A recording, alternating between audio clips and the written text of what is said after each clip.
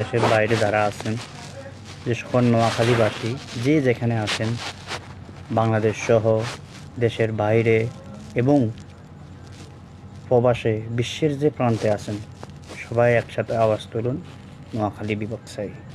এবং আজকে ঢাকা শাহবাগে যে সমাবেশটা হয়েছে, চকবাজার শ্রমিক সমিতি, চকবাজার ব্যবসায়ী সমিতি এবং সেই সাথে চকবাজার সমিতি, চকবাজার ব্যবসায়ী সমিতি এবং সেই সাথে ঢাকাবাসী, যে সকল নোয়াখালীবাসী ঢাকাতে আসে বসবাসরত, যে সকল আপনার বাড়িওয়ালা, বিজনেস, ব্যবসায়িক সবাই যৌথ অবস্থানে আজকে শাহবাগে সমাবেশটা সফল হয়েছে এবং জাতীয় সংসদ ভবন খামারবাড়িতে অবস্থান কর্মসূচি পালন হয়েছে। তো সবাইকে জানাতে চাচ্ছি, দেখুন, এই বিভাগ যুগ যুগ ধরে নোয়াখালীর দাবি, প্রাণের দাবি, নোয়াখালী বিভাগ চাই এবং আমাদের পরবর্তী প্রজন্মের জন্য, আমাদের ছেলে সন্তানের জন্য আমরা এই বিভাগ বাস্তবায়ন করার জন্য সবাইকে একসাথে মাঠে নামতে হবে, মাঠে আসতে হবে, ঐক্যবদ্ধভাবে ফেনী, লক্ষ্মীপুর, নোয়াখালী একজোট হয়ে থাকতে হবে।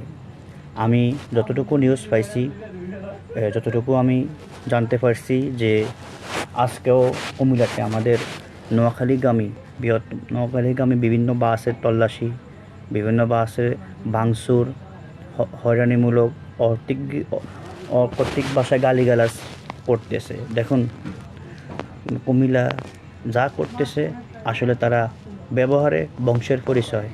আমি ছোটোকাল থেকে একটা প্রবাদ, কুমিল্লায় ইতর, কিন্তু কেন ইতর বলছে জানতাম না, কিন্তু এখন তাদের ব্যবহারে বুঝতে পারছি, দেখতে পারছি আসলে কুমিল্লাকে কেন ইতর বলতেছে। আমরা সরকারের কাছে দাবি জানাইছি, আমরা ঢাকাতেও কর্মসূচি দিতেছি, ঢাকাতে আমরা আন্দোলন করতেছি, নোয়াখালীতে করতেছি না, আমরা তো কুমিল্লাতে কোনো আন্দোলন করতেছি না, কুমিল্লাকে নিয়ে কোনো রকম উস্কানি দিতেছি না।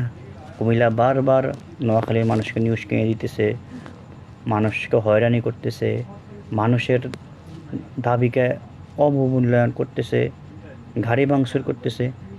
আমি বাংলাদেশের সকল সচেতন নাগরিক এবং আইনপ্রণ নাগরিক এবং সচেতন সমাজসেবী ব্যক্তিদের দৃষ্টি আকর্ষণ করতেছি, কুমিল্লা তারা বিশ্ব রোডটা কি, কুমিল্লার যে সকল লোকেরা গাড়ি ভাঙচুর করতেছে, রাস্তা বন্ধ করতেছে, এটা কি তাদের বাফের টাকা তৈরি?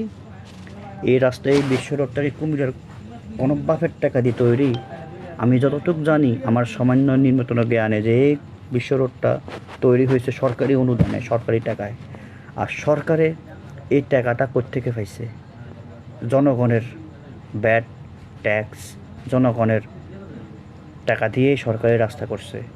এটা সরকারি রাস্তা, এটা ব্যবহার করা সবার অধিকার আছে।